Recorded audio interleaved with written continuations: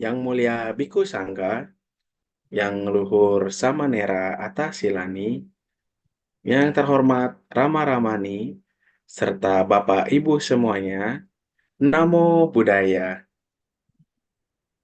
Sungguh berbahagia pada malam hari ini kita kembali berkumpul bersama di dalam acara Dhammasakaca Online. Semoga Bapak Ibu semua dalam keadaan sehat dan sejahtera. Malam hari ini sungguh luar biasa. Kita kedatangan narasumber yang begitu luar biasa yang akan membawakan pembabaran Dhamma, yaitu Mahasatipanya Sutta. Namun, sebelum masuk ke dalam sharing Dhamma pada malam hari ini, terlebih dahulu kita akan mendengarkan syair Dhammapada yang akan dibawakan oleh Ibu Elmi. Kepada Ibu Elmi, saya persilahkan.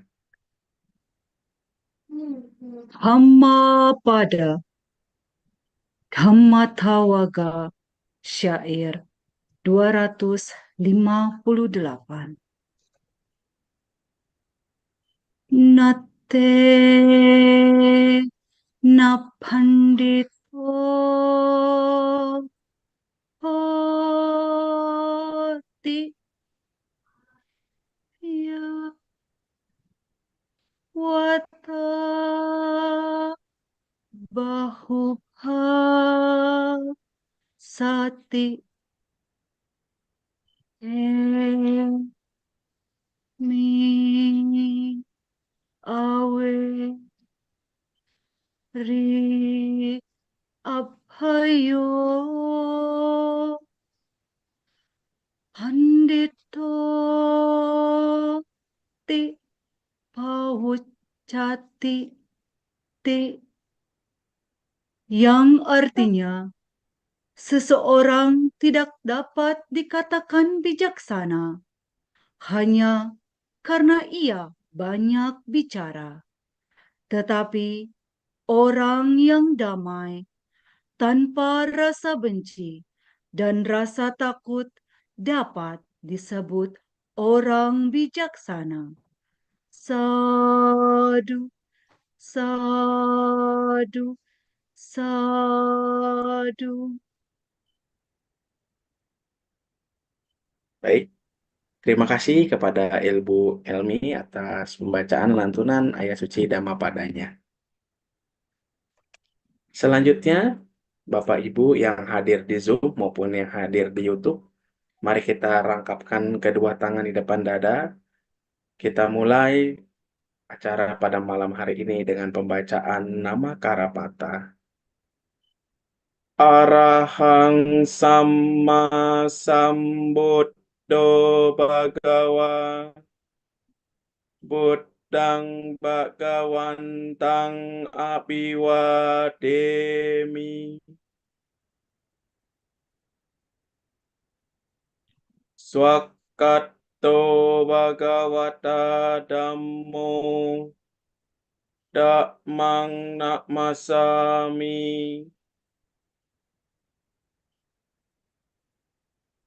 Supatipanno Bhagavato Sawaka Sanggo Sanggang Namami.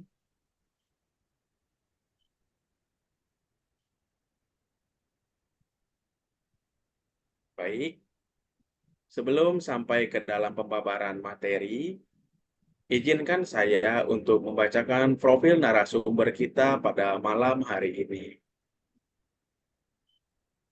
Profil narasumber kita pada malam hari ini, narasumber kita adalah Biku Titayano Mahatera, penahbisan Biku atau Upasampada, nama penahbisan Titayano, tempat penahbisan Wat Borowaniwes, Wihara, Bangkok, Thailand, tanggal penahbisan 4 Juli 1999, pukul 9:23 waktu Indonesia Barat, nama guru penahbis atau upajaya prapuagama, nama guru penahbisan atau kama wacarya, dan caukun pra widudamabon.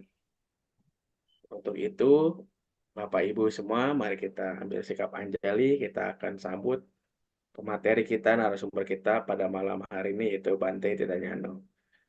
Selamat malam Bante, Namo Buddhaya. Ya, selamat malam semuanya. Ya, baik. Eh, kita langsung saja. Ya, Silakan Bante. ya, ya, baik. Eh, kalau tidak salah, minggu lalu kita sudah membahas, kita sudah selesaikan bagian Sampajana. Eh, kemudian juga kita sudah selesaikan patikula manasikara, perhatian pada hal-hal yang menjijikkan. Bab tentang sampajana atau pemahaman jernih ini cukup panjang, ya cukup panjang dan ya terdiri dari eh, cukup banyak bagian, yaitu ketika sedang maju, ketika sedang mundur, ketika sedang melihat ke depan, melihat ke samping, ketika sedang merentangkan tangan, menekuk tangan, merentangkan kaki, menekuk kaki, kemudian ketika sedang memegang uh, jubah, memegang patak atau mangkuk, ketika sedang makan, ketika sedang minum, ketika sedang mengunyah sesuatu, ketika sedang mencicipi sesuatu, ketika sedang membuang air besar, ketika sedang membuang air kecil, ketika sedang berdiri, ketika sedang jalan, ketika sedang duduk, ketika sedang tidur atau baring, ketika sedang terjaga, ketika sedang berbicara, ketika sedang berada keadaan diam, berdiam diri. Nah, itu dikatakan seyogianya memiliki apa yang disebut sebagai sampajana. Sampajana atau pemahaman jernih. Dalam kitab komentar dikatakan ada empat jenis pemahaman jernih, yaitu kita memiliki pemahaman jernih atas apa yang tujuan kita melakukan sesuatu, manfaat apa yang kita bisa dapatkan dari melakukan sesuatu itu. Lalu yang kedua adalah kita memiliki pemahaman terhadap apa yang akan kita lakukan itu sesuai atau tidak sesuai. Walaupun sesuatu itu bermanfaat, tapi kalau misalnya tidak sesuai, misalnya momennya tidak sesuai, maka dikatakan itu juga seyogianya tidak dilakukan. Kemudian juga pada saat melakukan sesuatu, prosesnya itu ya prosesnya secara detail kita mengetahuinya secara jelas dari A sampai Z, kita mengetahuinya secara jelas. Nah, itu juga dikatakan seyogianya dimiliki pemahaman jernih seperti ini. Kemudian sampajana yang keempat itu adalah bahwa asamoha sampajana, yaitu kita memiliki pengetahuan yang mendalam terhadap apa yang terjadi. Kita memiliki pemahaman yang dalam terhadap fenomena yang muncul. Jadi kita ini bukan hanya mengetahui secara permukaan saja, tapi kita juga mengetahui secara mendalam. Ya, sebetulnya apa yang terjadi? Mengapa itu bisa terjadi? Faktor-faktor apa yang mempengaruhi fenomena seperti itu? apa yang melandasi munculnya fenomena seperti itu. Itu yang disebut asamoha sampajana, yaitu eh, tidak memiliki, maksudnya tidak gelap, batinnya itu tidak gelap terhadap terhadap batinnya tidak gelap atas apa yang terjadi. Itu yang disebut sebagai sampajana. Jadi kalau kita perhatikan pengamatan terhadap jasmani atau kaya nupasana ini, itu kalau anapanasati ya mengetahui ya apa yang terjadi pada napas kita. Lalu yang apa umumnya anapanasati ini dilakukan hanya pada saat meditasi duduk. Sebetulnya waktu sedang dalam posisi apapun itu bisa juga lakukan anapanasati. Tapi yang paling umum yang terjadi adalah pada saat kita sedang duduk meditasi. Kemudian iriyapatha, yaitu eh, memiliki menghadirkan sati pada saat kita dengan berbagai posisi tubuh, dengan berbagai sikap tubuh, entah itu sedang jalan, sedang berdiri, ya, sedang duduk, sedang berbaring. Kita menghadirkan sati, yaitu selalu ingat, sati itu ingat, selalu ingat untuk menyadari apa yang terjadi, selalu ingat untuk memperhatikan apa yang terjadi. Kemudian, kalau sampajana, artinya ketika kita melakukan sesuatu, ketika sesuatu terjadi pada jasmani kita, bukan hanya kita perlu ingat untuk memperhatikan apa yang terjadi, bukan hanya perlu ingat untuk menyadari apa yang terjadi, tapi kita juga perlu memiliki pemahaman terhadap atas apa yang terjadi. Jadi bukan hanya memperhatikan, ingat untuk memperhatikan, tapi juga memiliki pengetahuan atas apa yang terjadi. Dan pengetahuan ini memiliki 4 aspek. Ya, ini menurut yang standar yang ada di dalam kitab komentar. Tapi tentu saja bisa saja kita bisa memperluaskannya, bisa kita memandangnya secara 3 jenis pannya, ya 3 jenis pannya, yaitu pengetahuan dari luar, lalu setelah itu kita merenungkan, ya, lalu setelah itu kita memiliki pengetahuan secara intuitif terhadap apa yang terjadi, ya.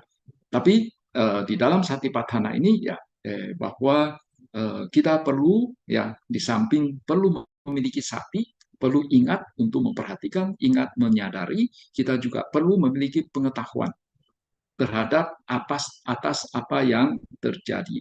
Pengetahuan tentang tujuan, manfaat, tentang sesuai atau tidak sesuai, tentang eh, prosesnya yang terjadi, detail dari proses yang terjadi, kemudian mampu melihat ya apa penyebabnya, apa yang melandasi munculnya fenomena seperti itu.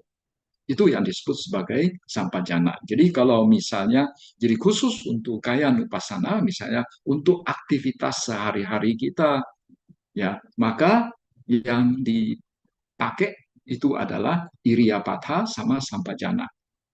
Ya, jadi memiliki sati, memiliki sampajana. Sati sampajana. Mungkin istilah sati sampajana ini kalian sering mendengarnya. Kemudian ada satu hal lagi yang mungkin perlu disinggung di sini. Di sini dikatakan bahwa ketika dia sedang, misalnya ketika dia sedang jalan, ya, ya, tunggu ya,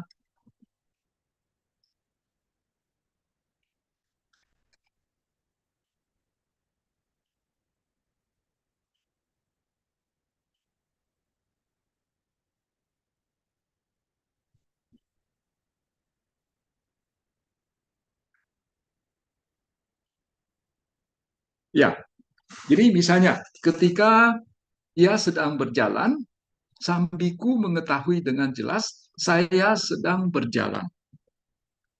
Nah, jadi mungkin ya dari apa ya ucapan Sang Buddha ini lantas belakangan ada sejumlah guru meditasi ya guru meditasi Vipassana mereka menyatakan ketika kita melakukan Vipassana ketika kita sedang ya meditasi Vipassana kita perlu melakukan noting, kita perlu melakukan labeling ya saat sedang melamun ya mencatat dalam hati melamun melamun pada saat sedang mengunyah sesuatu ya dalam hatinya noting mengunyah mengunyah ya memang di sini dikatakan kalau saat sedang berjalan ya ini dia mengetahui dengan jelas saya sedang berjalan jadi bisa ditafsirkan bahwa melakukan pada saat itu melakukan noting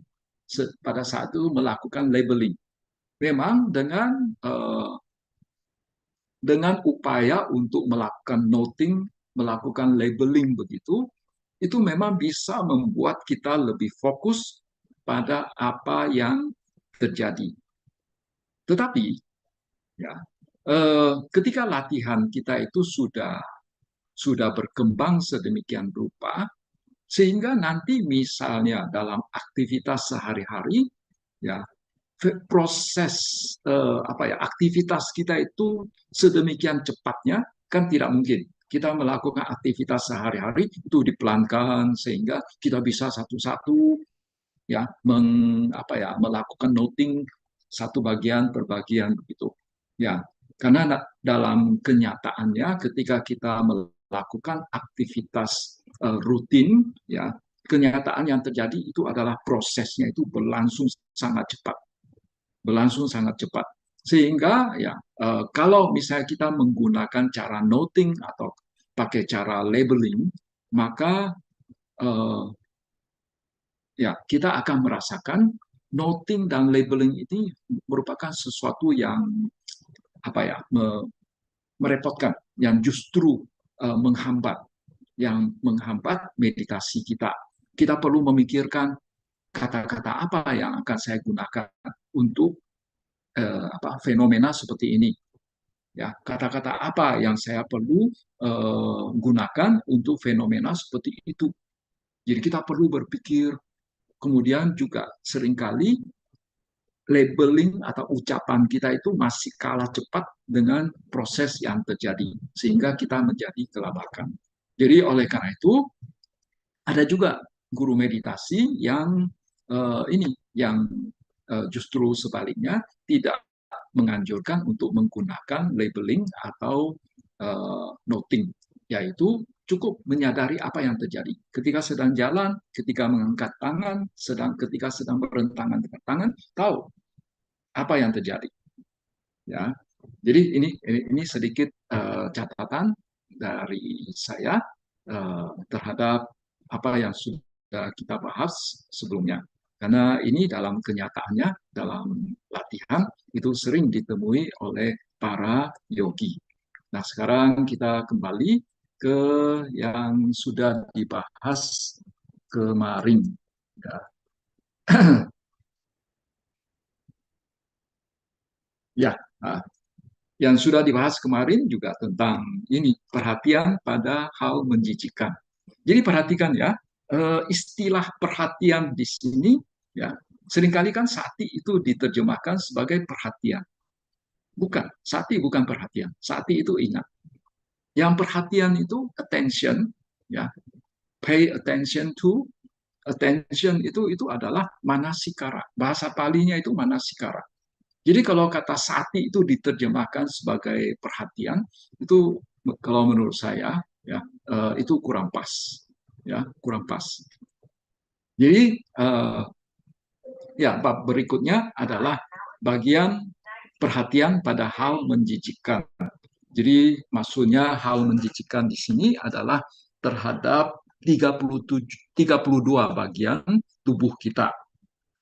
Ya, misalnya rambut bulu badan, kuku, gigi, kulit, dan lain sebagainya. Jadi dengan melakukan latihan seperti ini, yaitu perhatian pada hal menjijikkan, nanti kita akan memiliki persepsi asuba bahwa tubuh ini ya eh, merupakan merupakan eh, apa ya, kumpulan dari benda-benda yang menjijikkan. Ya, mungkin ada yang mengatakan, oh, bukannya tubuh ini juga ada aspek ininya, aspek bagusnya. Ketika tubuh ini masih bagus, wah, rambutnya kayak apa yang di iklan Sunsil berkemilau, ya, eh, indah begitu. Ya, memang. Jadi apa? Memang ya cukup banyak hal-hal itu bisa kita lihat dari dua sisi. Satu, melihat dari sisi subah, indah, bagus. Bisa juga melihat dari sisi asuba, tidak bagus, tidak indah, menjijikkan. Nah, cara melihat secara dua aspek ini, dua sisi ini, subah sama asuba ini yang membedakan, yang apa, memunculkan istilah yang mungkin kita sering dengar, namanya yoniso manasikara sama ayoniso manasikara. Yoniso manasikara artinya perhatian yang bijaksana, yang perhatian yang semestinya. Sedangkan ayoniso manasikara itu adalah perhatian yang tidak semestinya, perhatian yang tidak bijaksana. Apa kriteria apa yang membedakan bahwa sesuatu itu, suatu perhatian itu masuk kategori yang semestinya, lalu kriteria apa yang membuat sesuatu itu, suatu perhatian itu dikatakan yang tidak semestinya.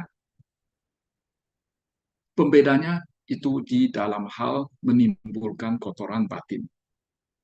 Ya, menimbulkan kotoran batin. Jadi, kalau misalnya perhatian kita itu semestinya, perhatian kita bijaksana, maka itu harusnya tidak menimbulkan kotoran batin, tidak mengondisikan munculnya kotoran batin. Tapi kalau perhatiannya itu tidak semestinya, perhatiannya itu tidak bijaksana, maka itu akan menimbulkan kotoran batin. Nah, misalnya terhadap tubuh ini. Kalau misalnya tubuh ini kita lihat dari aspek, lihat dengan kacamata suba, bagus, indah, itu akan menimbulkan kotoran batin. Ya, akan menimbulkan kotoran batin, sehingga itu disebut ayoniso manasikara. Perhatian yang tidak semestinya.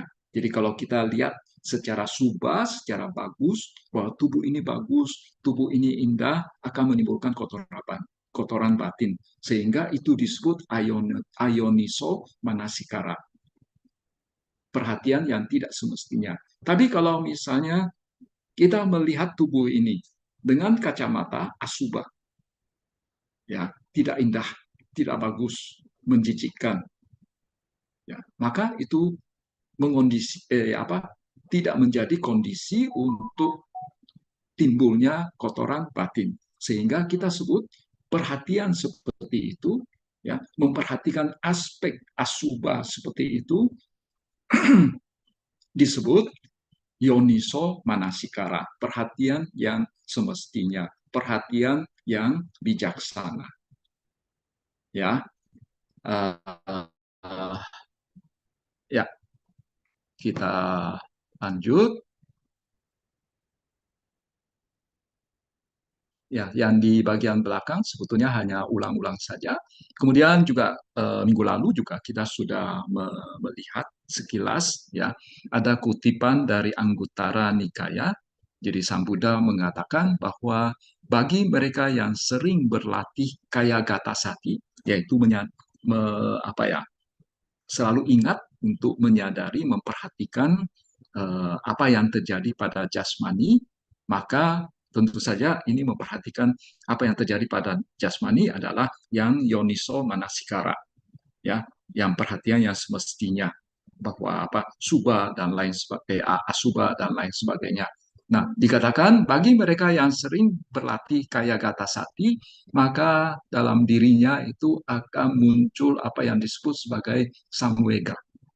Samvega cita, yaitu sense of urgency, memiliki rasa tergugah, ya, rasa tidak akan menyia-nyiakan hidup saya saat ini, ya, saya perlu cepat-cepat untuk mencapai kesucian, ya, itu yang disebut sebagai samvega. Biasanya itu dikatakan dengan melihat dukkha maka akan muncul samvega. Memang kalau ketika kita memperhatikan jasmani kita, kita akan melihat selain anicca, bisa juga melihat dukkha, bisa juga melihat anatta. Ya, jadi terutama aspek karena kita melihat aspek dukkha sehingga akan memunculkan apa yang disebut sebagai samvega. Di samping itu, ya, juga membawa manfaat dengan berlatih kaya gata sati, ya. Mengapa? Karena akan membawakan ini apa ketenangan, ya, ketenangan dari batin kita karena latihan satipatthana ini di samping, ya, akan membuat sati sampajana kita, membuat sati dan pemahaman jernih kita itu semakin berkembang. Kemudian berikut akan mengembangkan pengetahuan dan penglihatan, ya, pengetahuan dan penglihatan. Minggu lalu juga sudah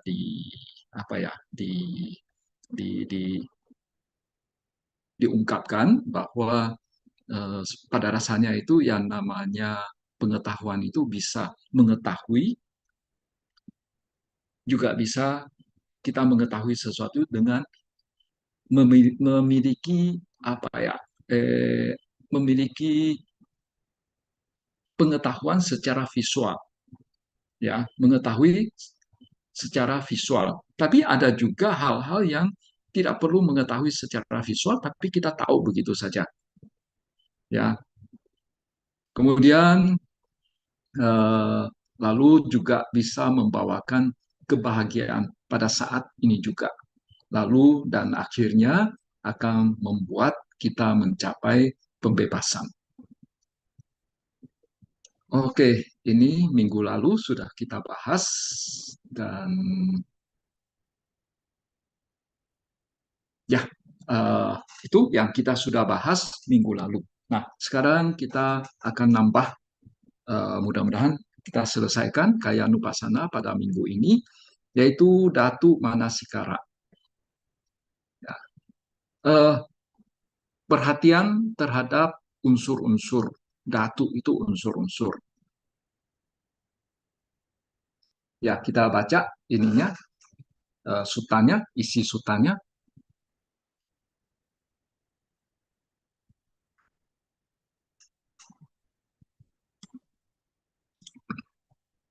Kemudian selanjutnya, para biku, sang biku melakukan perenungan atas tubuh ini juga berdasarkan unsur-unsur.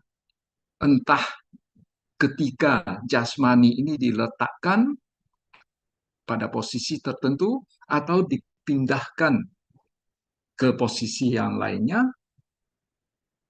pada saat itu dia berpikir dalam batinnya itu muncul pikiran seperti ini.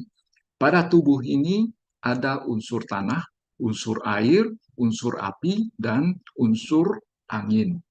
Bagaikan, para biku, seorang penjagal sapi atau seorang cantrik penjagal sapi yang mahir.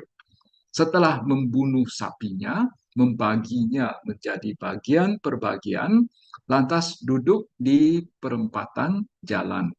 Demikian pula, para biku, sang biku melakukan perenungan atas tubuh ini juga, berdasarkan unsur-unsur ini. Entah diletakkan atau dipindahkan, pada tubuh ini ada unsur tanah, unsur air, unsur api, dan unsur angin. Demikianlah ia hidup dalam pengamatan jasmani pada jasmani, secara internal ia hidup dalam pengamatan jasmani pada jasmani, secara eksternal dan lain sebagainya, lalu tidak menggenggami apapun di dunia. Demikianlah, oh para biku, sang biku hidup dalam pengamatan jasmani pada jasmani. Ya, jadi sama seperti seorang penjagal sapi. Jadi setelah dia memberi makan kepada sapinya, ya, lalu dia mengikat sapinya, ya, lalu dibunuh sapinya, lalu setelah eh,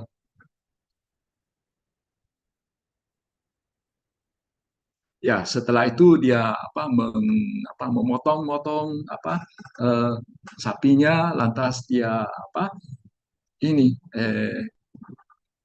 dia membagi-bagikan, ya, potongan tubuh sapi yang sudah dia potong.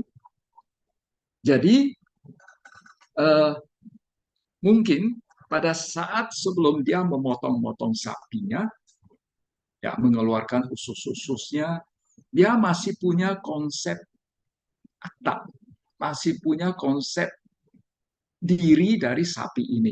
Tapi ketika dia sudah memotong-motongnya, maka dia ya saat itu sapi itu sudah terdiri dari kepala, sudah terdiri dari usus, sudah terdiri dari kaki, tangan, bukan tangan, kaki, lalu ekor dan lain sebagainya.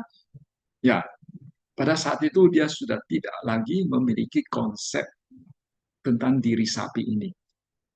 Ya, begitu pula pada saat kita mengamati jasmani ini, ya, ketika kita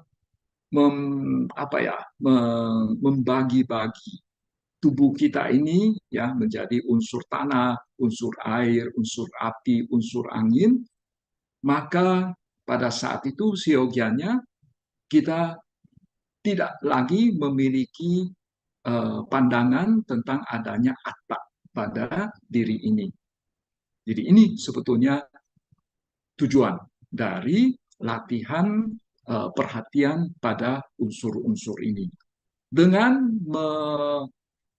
menyadari apa yang terjadi pada diri kita, dengan memberikan perhatian pada diri kita ini, pada jasmani ini, kemudian kita melihatnya dari kacamata, oh, jasmani ini sebetulnya hanyalah kumpulan dari tanah, air, api, dan angin. Maka kita nantinya diharapkan tidak lagi memiliki pandangan tentang adanya atta pada jasmani ini. Jadi walaupun itu terdiri dari tanah, air, api, dan angin, tanah itu pun tidak bisa kita sebut sebagai atta, air pun tidak bisa disebut sebagai atta. Kembali saya ingatkan munculnya konsep tentang atta, ya, karena ketika kita mau memahami apa yang disebut sebagai anatta, kita perlu memahami dulu apa yang disebut sebagai atta. Kenapa Sang Buddha mengatakan tidak ada atta? Lantas atta itu apa? Nah, jadi kita perlu telusuri latar belakang sosial, latar belakang pandangan spiritual yang ada pada saat Sang Buddha masih hidup. Kita perlu memahami kondisi pandangan yang ada, pandangan filsafat yang ada pada saat Sang Buddha masih hidup. Jadi waktu itu ada sejumlah guru spiritual, mereka ini sama seperti Sang Buddha memiliki pandangan bahwa ada yang namanya hukum karma, ada yang namanya kelahiran kembali.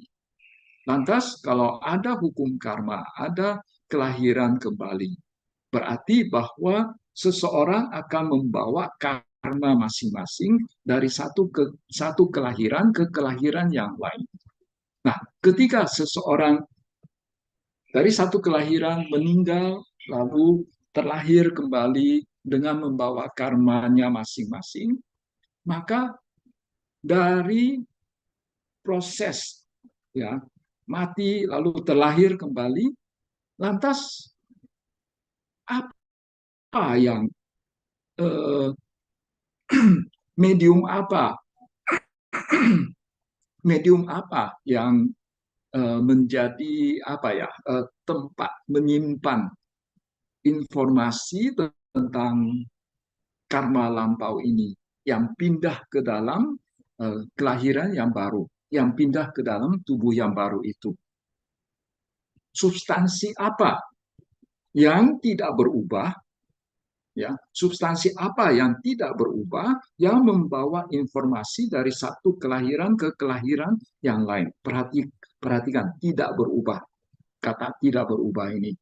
Karena kalau misalnya ya kita bisa mengatakan ya itu mungkin misalnya salah satunya itu adalah tentang roh. Ya, ada satu roh inti. Satu roh inti dalam satu makhluk hidup yang disebut sebagai atta, atma, yang setelah satu makhluk meninggal, roh ini atau substansi yang tidak berubah ini, inti yang tidak berubah ini, akan keluar dari tubuh yang meninggal ini, lalu pindah ke tubuh yang baru. Ini yang disebut sebagai atta. Jadi oleh karena itu, memang asumsi asumsi dari atta itu, ya maaf,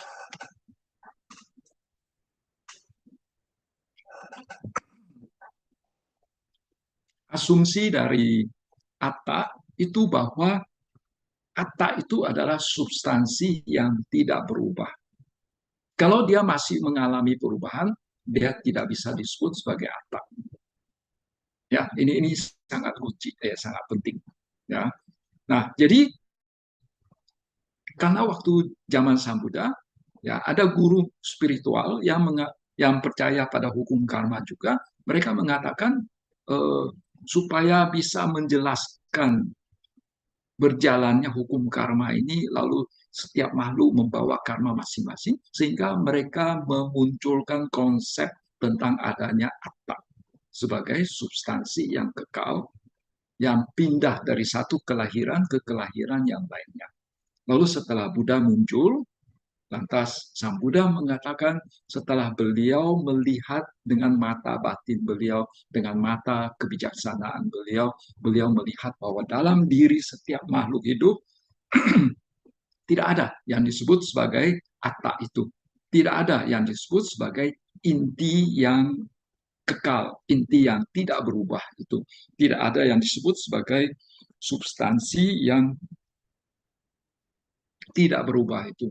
Bahkan ketika suatu makhluk misalnya dipretelin, ya, dibagi-bagi menjadi misalnya pancakanda, lalu masing-masing kanda itu ditelisik lagi, ya, ternyata masing-masing kanda itu juga tidak ada yang disebut sebagai atta. Tidak ditemukan adanya atta di dalam masing-masing kanda. Sehingga dalam Anatta Lakkhana Sutta, Sang Buddha juga mengatakan bahwa setelah pancakanda ini di di apa diperiksa, ya, diteliti, dicermati, maka itu juga tidak ditemukan adanya atta dalam masing-masing kanda. Memang selain tentang adanya substansi inti ini, juga memang dalam Anatta Lakkhana Sutta juga ada masuk dalam konsep tentang bahwa jangan berpikir bahwa ini adalah diriku, ini adalah milik saya, ya, ini adalah milik saya, karena dengan berpikir ini adalah milik saya juga akan memunculkan ini penderitaan. Dan juga kalau ini adalah milik saya, kalau saya terdiri dari pancakanda, lantas apa yang mana, kanda yang mana yang memiliki benda ini yang dikatakan ini milik saya? Ya, jadi tidak bisa dikatakan demikian. Jadi sehingga tidak bisa dikatakan ini adalah milik saya. Ya, kira-kira ini tentang apa? Bahwa pada saat kita berlatih untuk mengembangkan sampajana, kita perlu mengembangkan pandangan anatta juga. Kemudian di samping itu, waktu kita latihan apa, perhatian terhadap hal-hal menjijikan juga itu eh, perlu memiliki pandangan anatta. Kemudian waktu perhatian pada unsur-unsur lebih-lebih lagi bahwa apa, kita seyogianya menghilangkan pandangan tentang adanya atta ini. Ya. Iya, oke, ya demikianlah kita sudah ini membahas tentang Datu Manasikara. Eh, Tentang latihan perhatian pada empat unsur ini, yaitu unsur tanah, api, angin, dan air. Tanah, air, api, angin. Maka eh, ada juga guru meditasi yang ini mengatakan bahwa Datu Manasikara ini merupakan latihan Catu Datu Wawatana, yaitu latihan meditasi empat unsur. Ya, latihan meditasi empat unsur. Bahwa bukan melihat apa ya, tidak melihat unsurnya itu secara benda, tapi melihat sifatnya, sifat dari unsur tersebut. Ya, jadi misalnya untuk melihat bahwa tubuh ini terdiri dari unsur tanah, maka kita lihat, kita amati bahwa ketika kita melihat dengan kacamata Paramatma,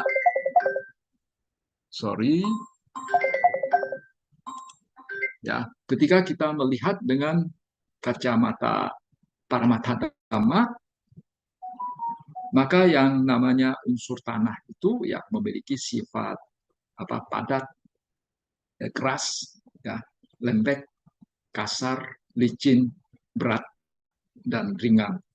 Jadi oleh karena itu ketika kita melakukan meditasi empat unsur, ketika kita mau melihat aspek unsur tanah dari tubuh kita, ya kita perhatikan aspek keras, aspek lembek dari tubuh kita, kemudian aspek kasar, licin, atau berat, ringan dari tubuh kita. Itu adalah sifat dari unsur tanah.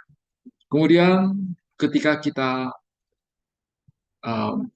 mau melihat bahwa tubuh ini sebetulnya terdiri dari tanah air, unsur air, ya kita melihat sifat kohesif dari tubuh kita. Kohesif itu lengket gitu, terikat menjadi satu. Ya, kemudian sifat mengalir ya dari unsur air itu, maka ya itu kita akan memiliki pemahaman bahwa tubuh ini terdiri dari unsur air. Ketika kita melihat aspek panas dan dingin, berarti kita melihat unsur api, ya panas dingin. Kemudian untuk unsur api, ya unsur api panas dan dingin. Kemudian unsur angin, ya kita melihat sifat menopang ketika statis atau menggerakkan secara dinamis. Ya, ketika bergerak kita melihat aspek menggerakkan, lalu ketika sedang diam aspek menopang. Ya, tubuh ini bisa tegak karena ada unsur angin yang menopang. Ya, itu tentang Datu Manasikara, yaitu perhatian pada unsur-unsur. Kemudian yang bagian terakhir dari bab Kaya Nupasana itu adalah Nawa Siwatika. Ya, Nawa Siwatika. yaitu 9 objek di tempat penggeletakan mayat. Ya, siwatika, siwatika itu nawa artinya 9. Siwatika itu artinya bukan kuburan. Kalau kuburan itu mayatnya itu dikubur, dimasukkan ke dalam tanah, lalu ditutupi dengan tanah. Tapi yang namanya siwatika, ya ini sebetulnya kebiasaan di India. Sebenarnya di Tibet pun demikian. Kebiasaan di India itu kalau seseorang sudah meninggal, ya, kalau ekonominya bagus, dia akan dikremasi. Tapi kalau dia biasa-biasa saja, ya, dia akan dia akan dibungkus dengan kain, ya. Kadang juga tidak dibungkus dengan kain, hanya digeletakkan di satu tempat yang khusus untuk menggeletakkan mayat. Ya, ya. Jadi biasanya itu di zaman dulu ketika para biku mau melakukan meditasi asubha, ya mereka datang ke tempat seperti itu. Ya, di tempat seperti itu ya kita bisa menemukan berbagai jenis mayat. Ya, nah ini yang akan diceritakan di dalam bagian ini, yaitu bagian 9 objek di tempat penggeletakan mayat. Kemudian selanjutnya, para biku, misalnya sang biku melihat jasad yang sudah meninggal 1 hari, 2 hari, atau 3 hari, yang dicampakkan di tempat penggeletakan mayat. Bengkak, membiru, bernanah. Ia lantas mengaitkan dengan jasmani ini. Maksudnya jasmani dia sendiri. Jasmani ini pun, jasmani saya pun akan mengalami seperti ini, akan menjadi seperti ini. Ya. Takkan luput dari kondisi seperti ini. Demikianlah, ia hidup dalam pengamatan jasmani pada jasmani secara internal dan sebagainya. Ya, jadi 9 jenis wujud mayat.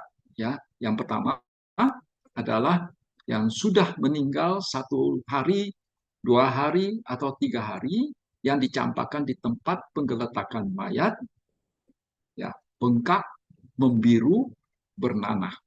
Jadi mayatnya masih utuh, ya, mayatnya masih utuh, ya, hanya bengkak, membiru, dan bernanah saja. Bernanah di sini itu, nanah di sini itu sebetulnya istilahnya itu bukan hanya berarti itu nanah yang berwarna putih, yang biasanya ada bisul, lalu ada nanah warna putih, ada cairan warna putih di dalamnya. Maksudnya itu bernanah di sini itu sebetulnya kalau bahasa Palinya itu pukba, ya, pukba. Pukba itu bisa juga diartikan sebagai ketika seseorang sudah meninggal, ya, kadang kan dari 6 lubang atau dari bagian tubuhnya yang sudah punya luka begitu. Kalau bukan keluar darah, itu keluar cairan yang lain. Nah, cairan yang lain yang non darah ini yang disebut sebagai puba juga. Jadi pengertian nanah di sini itu pengertiannya agak luas, ya. Pokoknya semua cairan non darah yang keluar dari tubuh.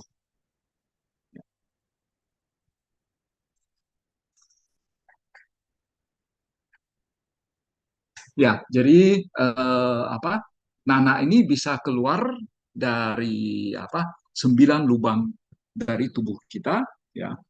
Mata, kedua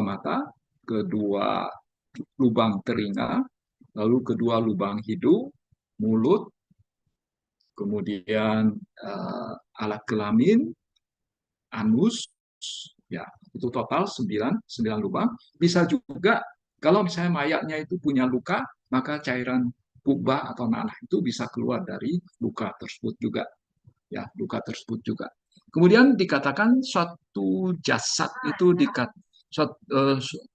suatu makhluk itu meninggal, itu dalam sutta yang lain Sang Buddha mengatakan ada tiga kriteria bahwa usianya sudah habis, ayunya sudah tidak ada, usma panas tubuhnya sudah tidak ada, lalu kesadarannya tidak ada. Ya, dan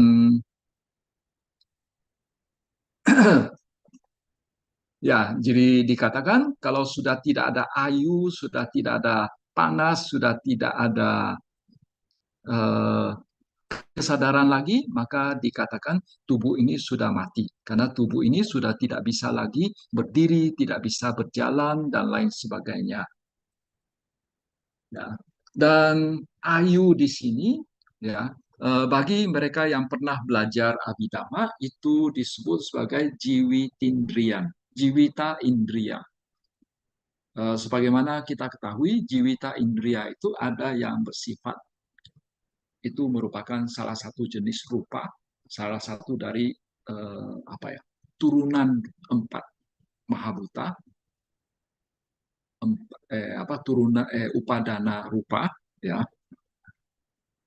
Ada lagi jiwitindriyan yang sifatnya itu arupa, yaitu sifatnya batin, ya.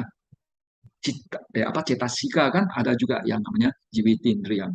Jadi ayu di sini, ya, kalau dilihat secara abhidhamma itu jiwitindriyan, baik secara jasmani maupun secara batin. Ya. Ketiga unsur ini, ayu, usma, dan winyana, ini secara kasat mata sulit untuk diketahui. Jadi sebetulnya ya ini kriteria Buddhis tentang seseorang sudah meninggal atau tidak. Tapi karena kesadaran, winyana, bagaimana kita tahu? Lalu ayu, bagaimana kita tahu? Sulit, ya, sulit. Jadi bahkan untuk menentukan suatu makhluk sudah meninggal atau tidak, ahli forensik pun, ya, kadang-kadang, tidak selalu, kadang-kadang juga mengalami kesulitan. Jadi saya pernah tanya, untuk memastikan seseorang sudah meninggal itu bagaimana caranya? Jadi dikatakan bahwa caranya adalah melihat kalau jenazahnya digeletakkan, lalu kalau bagian bawahnya itu sudah berwarna biru, maka itu dipastikan tidak akan hidup lagi. Tapi kalau belum berwarna biru, masih ada kemungkinan bisa hidup kembali. Ya, ini yang saya pernah dengar dari seorang dokter forensik. Ya, ya, itu jenis mayat yang pertama. Kemudian jenis mayat yang berikut. Kemudian selanjutnya, oh para biku, misalnya sang biku melihat jasad yang dicampakkan di tempat penggeletakan mayat, disantap burung gagak, disantap burung elang, disantap burung herring, disantap burung bangau, disantap anjing, disantap harimau, disantap macan tutul, disantap serigala, disantap aneka ulat. Ia lantas mengaitkan dengan jasmani ini, ya. Jasmani ini pun akan mengalami seperti ini, akan menjadi seperti ini, takkan luput dari kondisi seperti ini. Ya, ini adalah jenis jasad yang kedua, ya. Jadi sudah mulai tidak utuh karena sudah mulai dimakan oleh makhluk yang lain. Kemudian ya yang berikut, ya, jasad yang berikut, ya, tipe jasad yang berikut. Kemudian selanjutnya, oh para biku, misalnya sang biku melihat jasad yang dicampakkan di tempat penggeletakan mayat, ya, rangka tulang yang masih terangkai urat disertai dengan sejumlah daging dan darah. Jadi tubuhnya itu masih punya daging dan masih ada darah yang nempel di tulangnya. Lalu rangka tubuhnya itu masih utuh karena masih ada urat-urat yang mengikat tulang-tulang itu. Nah, itu adalah jenis jasad yang ketiga.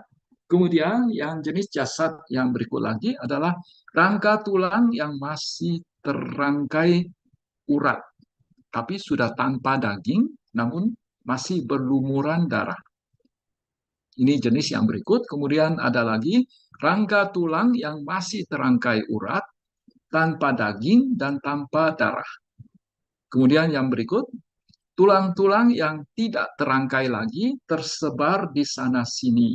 Ya, yang satu di sini ada tulang tulang tangan, di sana ada tulang kaki, sini ada tulang pergelangan kaki, sana ada tulang lutut, di sini ada tulang paha, di sana ada tulang pinggul, di sini ada tulang rusuk, di sana ada tulang punggung, di sini ada tulang bahu, di sana ada tulang leher, sini ada tulang rahan, di tempat lain ada tulang gigi, lainnya lagi ada tulang tengkorak. Jadi tulangnya itu sudah terikat lagi, tidak terangkai lagi oleh urat, tapi sudah menyebar, ya, sudah tercerai-berai, ya, tergeletak di sana sini.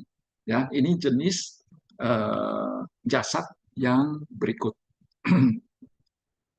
Kemudian ada lagi, kemudian selanjutnya, para biku, misalnya sang biku melihat jasad yang dicampakkan di tempat penggeletakan mayat, tulang-tulang putih berwarna seperti cangkang kerang. Ya, jadi ini jasadnya sudah lama nih, ya. Jadi tulang-tulangnya sudah berubah menjadi warna putih, ya. Kemudian yang lain lagi, jenis yang lain lagi, tumpukan tulang-tulang yang sudah berusia di atas 1 tahun. Ya, lalu ada tulang-tulang yang sudah melapuk sampai berbentuk bubuk. Ya, jadi kira-kira prosesnya begitu. Jadi ketika tinggal sisa tulang, ya, yang pertama seperti cangkang kerang, lalu ada proses transisi, lalu akhirnya menjadi bubuk-bubuk tulang. Ya, kalau sudah menjadi bubuk tulang, ya berarti itu sudah lama sekali. Ya, jadi inilah 9 jenis jasad yang diceritakan di dalam Satipatthana Sutta ini. Ya, kemudian ya memang mungkin kita juga pernah dengar ada 40 mata pokok atau 40 objek meditasi samatha. Ya, 10 di antara 40 objek meditasi samatha ini itu juga ada yang disebut sebagai 10 asubha. Agak sedikit berbeda, ya, dengan yang ada di Satipatthana Sutta. Ya, yang pertama itu jasad yang membengkak, ya, jasad yang membiru ini masih sama bernanah, oke, terpotong-potong, ya, lalu tercabik-cabik digerogoti, ya, binatang atau ulat, lalu berserakan, nah ini ada sama, lalu rusak berserakan, lalu berdarah, lalu digerogoti belatung, lalu kerangka. Ya, sedikit berbeda dengan yang ada di Satipatthana Sutta. Ya, jadi latihan seperti ini juga merupakan bagian dari latihan kaya nupassana. Jadi sekali lagi, dengan memperhatikan aspek asubha dari tubuh ini, yaitu terutama ketika sudah meninggal, ya sudah tercampak di tanah, sudah tidak bisa bergerak lagi, ya sudah tidak bernyawa. Oh ya, ayu tadi mungkin bisa disebut sebagai nyawa. Ya, tapi apa bedanya sama kesadaran ya? Ya, eh, ayu mungkin daya hidup, ya daya hidup. Ya, jadi dengan memperhatikan nawa siwacika ini, ya kita akan memiliki yang namanya asubha sanya. Kan kita dikatakan orang awam biasanya memiliki eh, empat persepsi, yang terjungkir balik. Anicca, nicca, ya, harusnya sesuatu yang sifatnya anicca kita anggap sebagai nicca, kekal. Sesuatu yang sifatnya dukkha kita lihat sukha. sesuatu yang sifatnya anatta, kita lihat memiliki atta. Sesuatu yang oh ya, tadi duka, lalu kita lihat sebagai suka. Lalu sesuatu yang sifatnya subha, kita lihat sebagai subha. Sesuatu yang tidak bagus, menjijikkan, kita lihat sebagai sesuatu yang bagus, yang uh, menarik hati, yang bagus, ya, yang indah. Ya, saya pikir selesai sudah ini pembahasan kita tentang kaya nupasana, pengamatan terhadap jasmani. Di dalam kitab komentar dikatakan ada empat, empat aspek dari kaya nupasana ini. Anapanasati, satu aspek. Iriapatha, walaupun itu terdiri dari berjalan, berdiri, berduduk, berbaring, itu tapi dianggap satu aspek saja. Lalu sampajana juga dianggap satu aspek saja, walaupun terdiri dari banyak bagian. Lalu perhatian pada hal yang menjijikkan itu juga satu aspek saja, walaupun terdiri dari 32 bagian tubuh. Lalu perhatian pada unsur-unsur yang juga dianggap hanya satu aspek saja, walaupun ya ada 4 unsur. Nah, yang nawa siwatika ini, ya, 9 jenis, ya,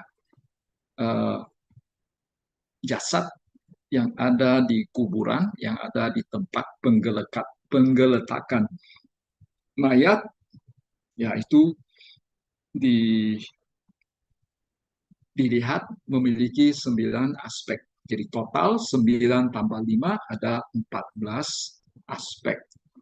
Ya, sehingga dikatakan ya sebagai penutup bagian kaya nupasana ini, ya di dalam sutta dikatakan selesai sudah, ya selesai sudah 14 aspek kaya nupasana.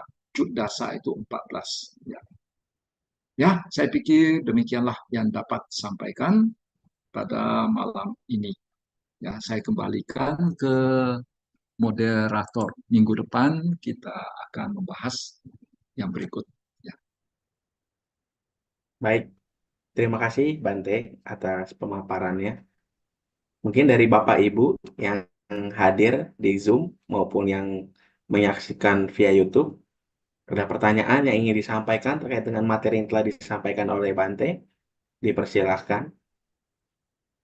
Jika tidak ada, izin saya ingin bertanya, Bante, apakah diperkenalkan? Baik, Bante, seperti yang diketahui, di dalam Pancadama, ya, terdapat eh, satu usaha, itu namanya Sati Sampajana. Itu kan untuk memperkuat seorang upasaka upasika dalam melatih diri menghindari minuman-minuman memabukkan, Bante. Berarti apakah memang juga bisa semakin dilatih, Bante? Dengan tadi Bante bilang ada objek Sati Sampajana itu sendiri, jadi semakin melatih seorang upasaka upasika untuk menghindari pelanggaran sila kelima, Bante. Kira-kira apakah ada korelasinya, Bante, terkait dengan objek meditasi, Bante? Terima kasih, Bante. Ya, tentu saja, ya. Jadi dengan mengembangkan apa ya, berlatih untuk senantiasa menghadirkan sakti, selalu ingat setiap saat, dari momen ke momen, dari saat ke saat, selalu ingat untuk menyadari, untuk memperhatikan apa yang terjadi pada batin maupun jasmani kita. Maka ketika kita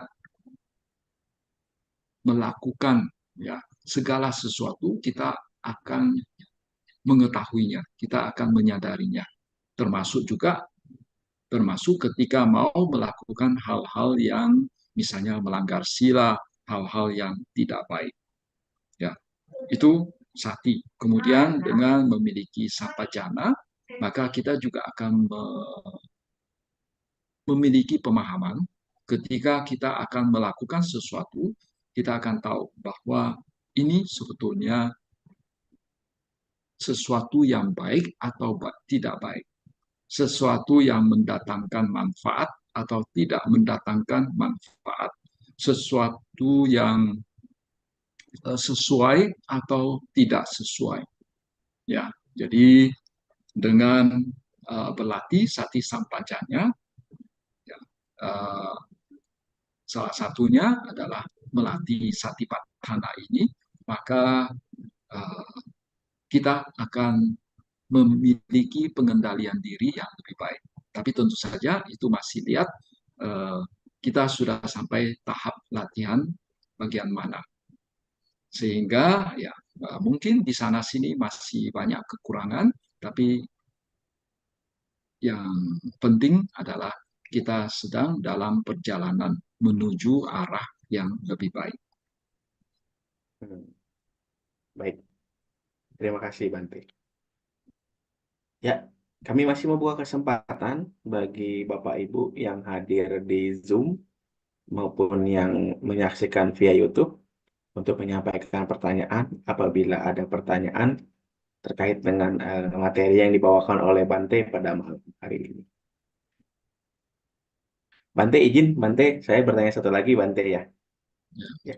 Bante, seringkali umat Bante, terutama mungkin yang memang belum terlalu sering melatih pengembangan batin Bante, dalam tanda kutip meditasi Bante atau samadhi Bante. Dan memang juga seringkali kita mungkin setiap puja bakti, setiap melakukan ada satu kegiatan, satu acara keagamaan Buddhis, selalu objek yang digunakan dalam melakukan pengembangan batin adalah metta atau cinta kasih Bante. Atau mungkin juga terkadang ada anapanasati Bante. Pertanyaannya Bante, bagaimana mungkin seorang upasaka-upasika ya dapat melatih pengembangan batin tadi itu dengan objek-objek asubha seperti tadi yang Bante sudah jelaskan tuh Bante. Seperti tadi mayat-mayat gitu kan. Bagaimana mungkin em, menimbulkan atau dapat mengembangkan batin dengan objek-objek seperti itu Bante. Bagi seorang upasaka, upasika yang memang belum terlalu terbiasa dalam pengembangan batin Bante. Mohon arahannya Bante. Ya, memang biasanya objek meditasi yang paling umum itu adalah anapanasati, yaitu perhatian pada keluar masuknya napas. Tapi karena ada sejumlah orang agak mengalami sejumlah kesulitan pada saat memperhatikan keluar masuknya napas, entah itu karena napasnya tidak terdeteksi, ya, sulit untuk terdeteksi napas di daerah sini, sehingga akhirnya mereka mengalami kesulitan untuk meditasi. Akhirnya dipakai cara yang metta bawana, ya, objek cinta kasih. Tapi sebetulnya itu secara ketat itu tidak bisa dikatakan metta bawana. Ya, jadi itu hanya cara metta bawana yang digampangkan, ya, yaitu dengan cara mengucapkan kata-kata sape sata bawantu sukhitata atau semoga semua makhluk hidup berbahagia. Bagi pemula, tampaknya cara seperti ini yang lebih mudah karena memang dari pengalaman, ya, dengan pengucapan dalam batin seperti ini, ya, pengucapan kata-kata dalam batin seperti ini, ya, itu bagi pemula itu jauh lebih gampang daripada memperhatikan keluar masuknya napas. Ya, apalagi objek meditasi yang lainnya, misalnya cita nupasana, mengamati pikiran yang muncul, lamunan yang muncul, omong-omong dalam hati, itu jauh lebih sulit. Ya. Kemudian, apakah menggunakan objek asubha itu bagus atau dibolehkan? Ya, atau ada efek samping atau tidak? Ya, kadang-kadang kita dengar ada efek samping. Ya, memang karena di zaman Sang Buddha ada kejadian, ada sejumlah biku ketika mereka berlatih meditasi dengan objek asubha, itu mereka menjadi jijik terhadap tubuh mereka sendiri. Akhirnya ada yang bunuh diri, ada yang minta orang lain membunuh dirinya sendiri, ya, karena dia merasa jijik terhadap dirinya sendiri. Jadi oleh karena itu memang ada sejumlah guru meditasi yang mengatakan bahwa untuk latihan meditasi yang mengambil objek meditasi asubha seyogianya dibimbing oleh seorang guru yang kompeten, karena khawatir bisa terjadi hal-hal yang tidak diinginkan. Kemudian di samping itu juga sebetulnya tidak mudah sekarang untuk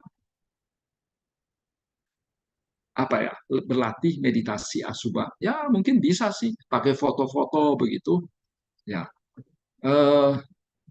Tapi memang tetap itu dibandingkan sama objek meditasi yang lain, objek asubha ini memang eh, apa tidak terlalu gampang, ya, tidak terlalu gampang.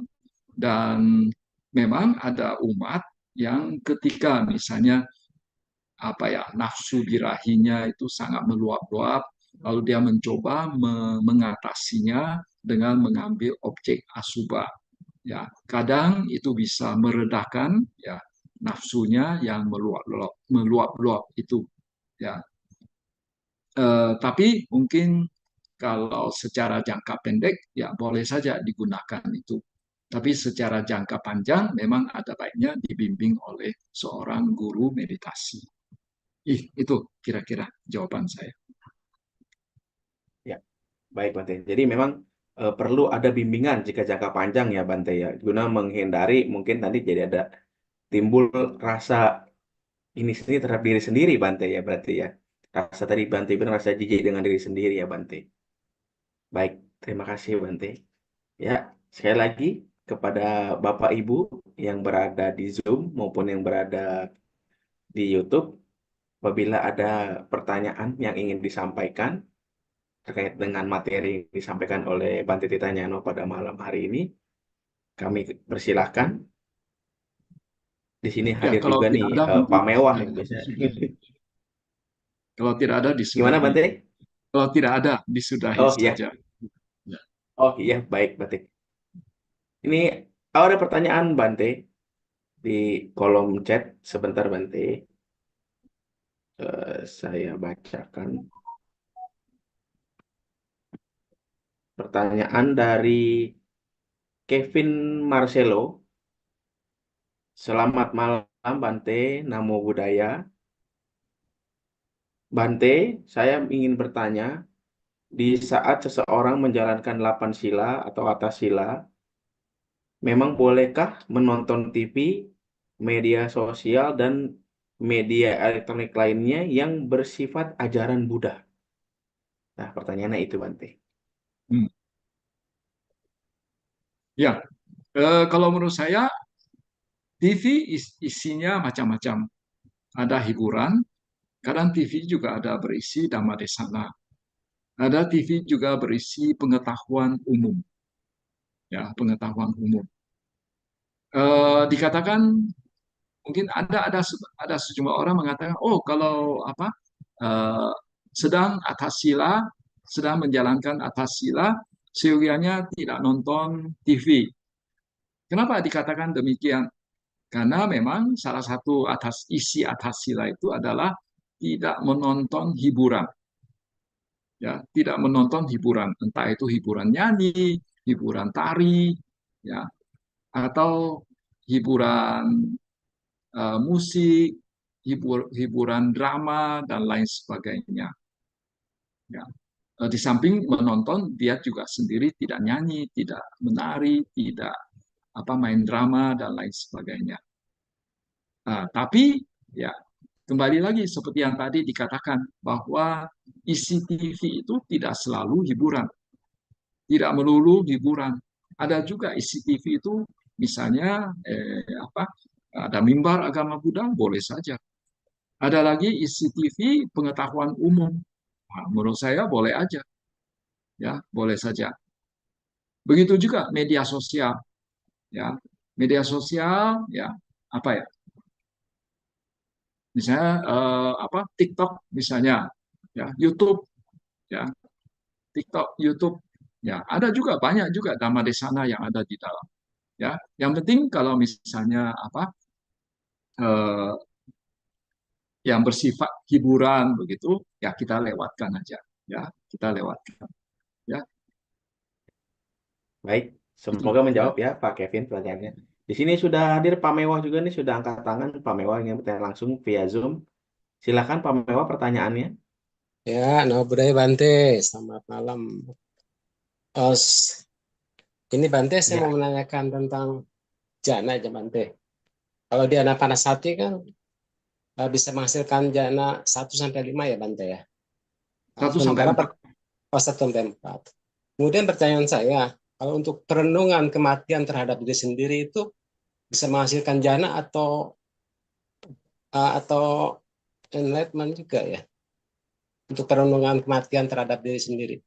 Aku wajar mengalami kematian, aku wajar mengalami kesakitan Itu seperti itu kan. marana, ya itu Iya marana marah, nusati, marah ya satu ya. perundungan. Perundungan hanya bisa paling tinggi hanya bisa mencapai upacara samadhi, tidak bisa Hmm. sampai jana. Ya, semua perundungan kan ada 10 anusati, ya 10 anusati, eh, dari 10 itu, ya ada 9 yang tidak bisa mencapai jana. Hanya satu anusati yang bisa mencapai jana, yaitu anapanasati, ya anapanasati.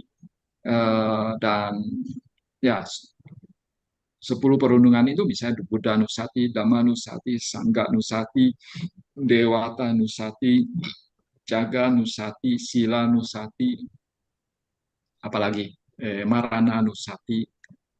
Ada 2 lagi, ya saya lupa, Upasama Nusati kalau nggak salah.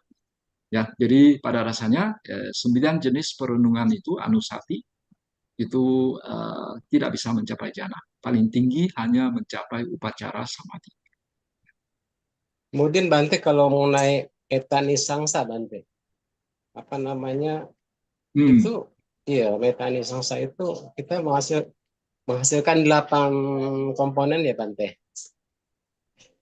8 komponen. Meta Iya, nisansa itu iya, manfaat meta bawana. iya Bante. Manfaat dari sering memancarkan meta. Itu ada 11.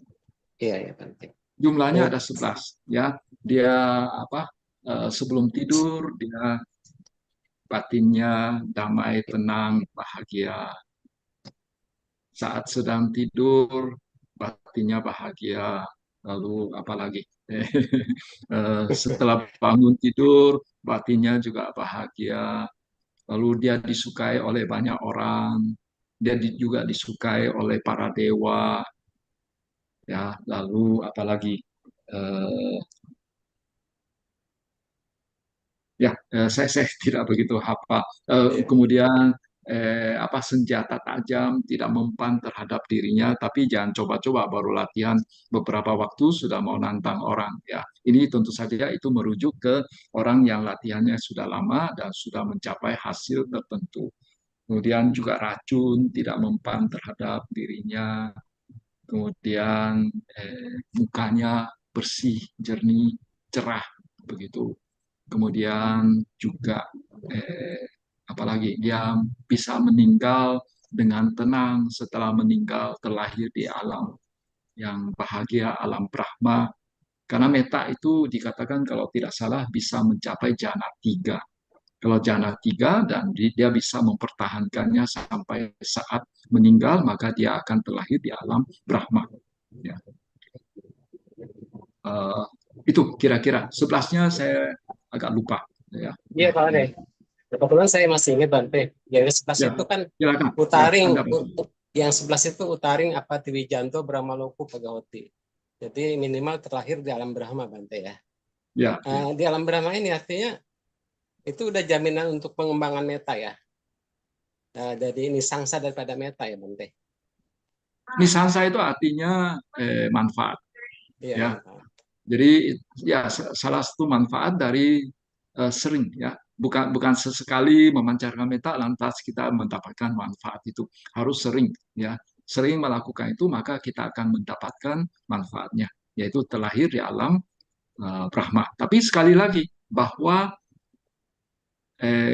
kalau latihan metanya itu tidak sampai mencapai jana, maka tidak akan terlahir di alam Brahma. Tapi kalau bisa mencapai jana dan jana tersebut masih bisa dipertahankan sampai saat meninggal, waktu menjelang meninggal dia masuk jana, maka baru bisa terlahir di alam Brahma.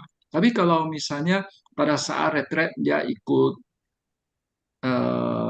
retret, lalu dia mencapai jana di sana, lalu setelah keluar dari retret jananya sudah hilang, ya, karena dia sudah terlibat dalam berbagai kesibukan, akhirnya jananya hilang, lalu menjelang meninggal dia tidak bisa masuk jana lagi, ya tidak bisa terlahir di alam Brahma, tidak. Artinya di alam sudawasa ya Bante ya. Kalau Brahma macam-macam, berbagai tingkatan Brahma, ya, berbagai tingkatan Brahma. Ya, kalau meta mencapai jana ketiga, ya berarti maksimal mencapai Brahma yang tingkat 3.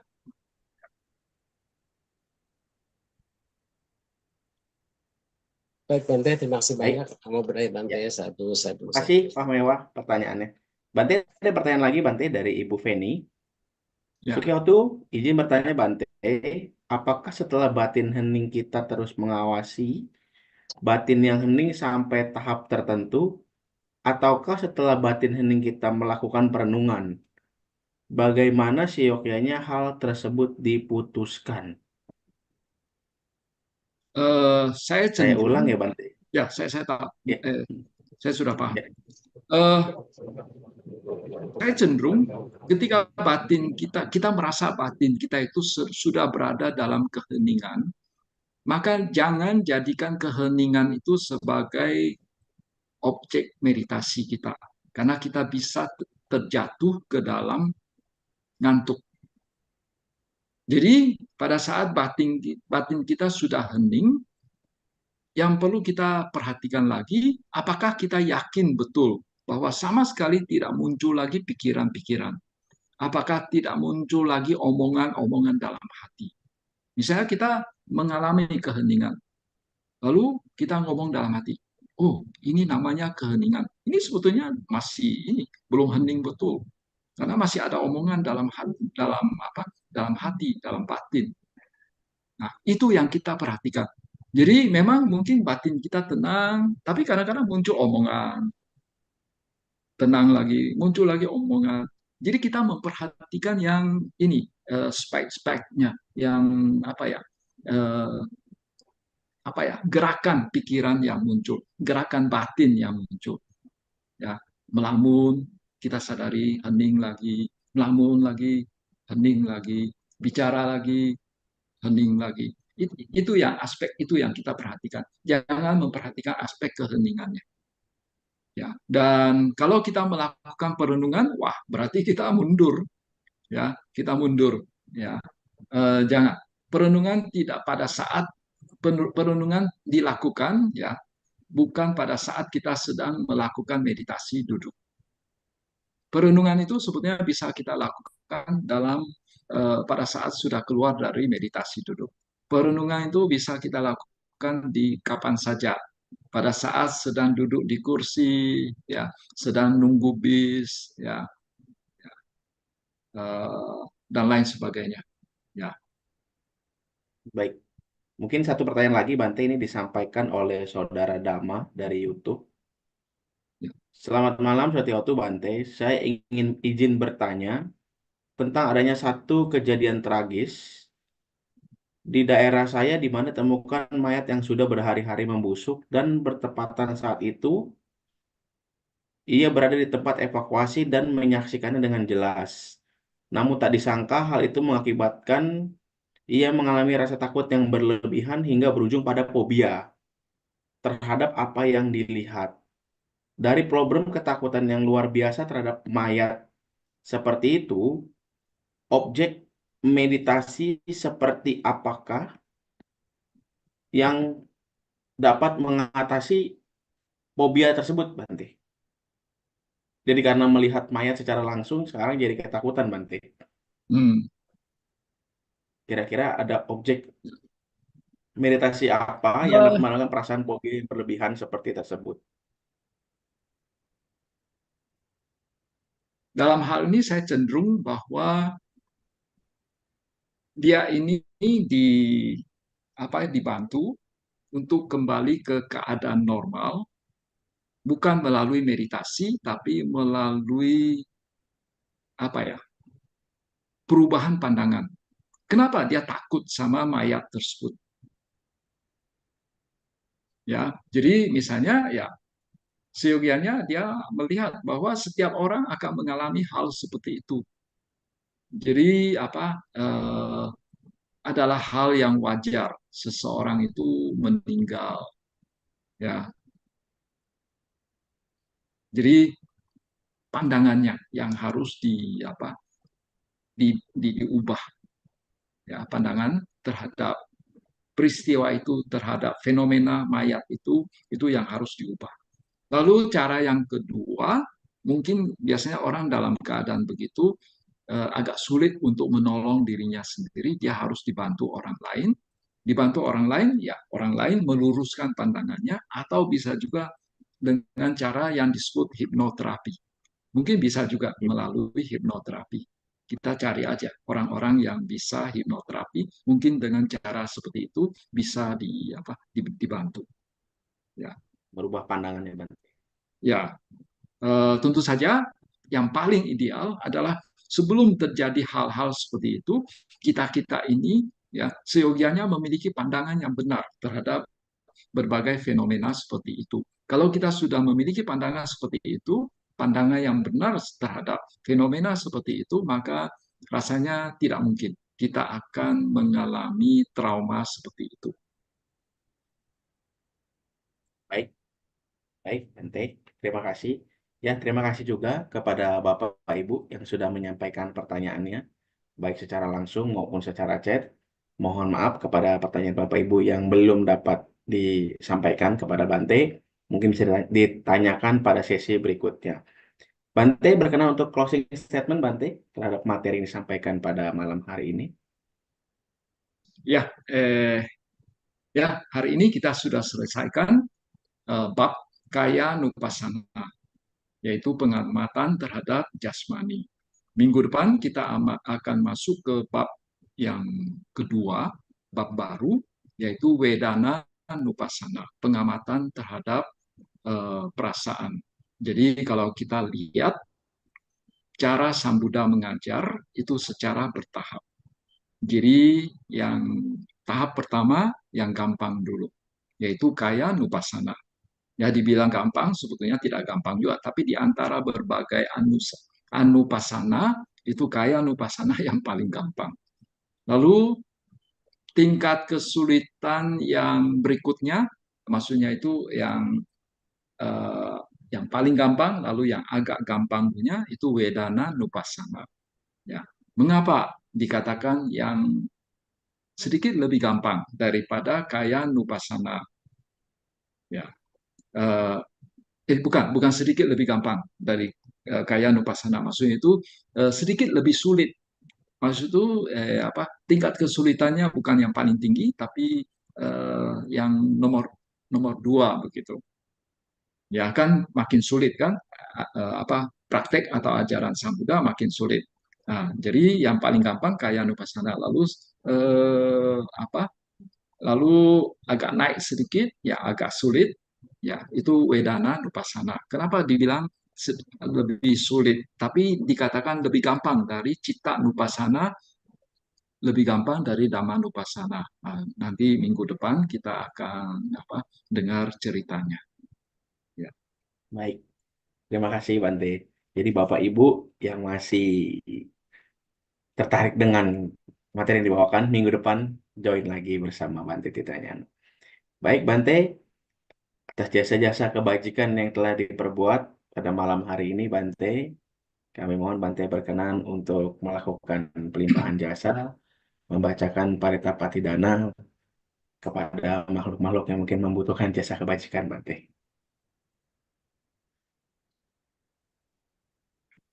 hendak mayang pati danang karomase punya sidani katassa yana nyani kata anime te sanca bagino hontu sattananta pamanaka ye piyan gunawanta ca mai hang mata pita dayo ditame capia ditawa anye majata werino satta tithanti lokasmin te bumma catuyo nika pance kacatuwo kara sansaranta bawa bawe nyatang ye pati daname anumodantu te sayang ye cimang napa jananti dewa te sang niwe dayung maya dinana punyana anumodana hetuna sabe satta sadahontu awera sukajiwino kema padanca papontu desa sasit jatang subah sadu sadu sadu. Ya, Bapak Ibu, tetap bersikap anjali. Kita akan tutup kegiatan pada malam hari ini dengan pembacaan nama Karapatra. Arahang Samma Sambuddho Bhagawa Buddhang Bhagawantang Abhiwademi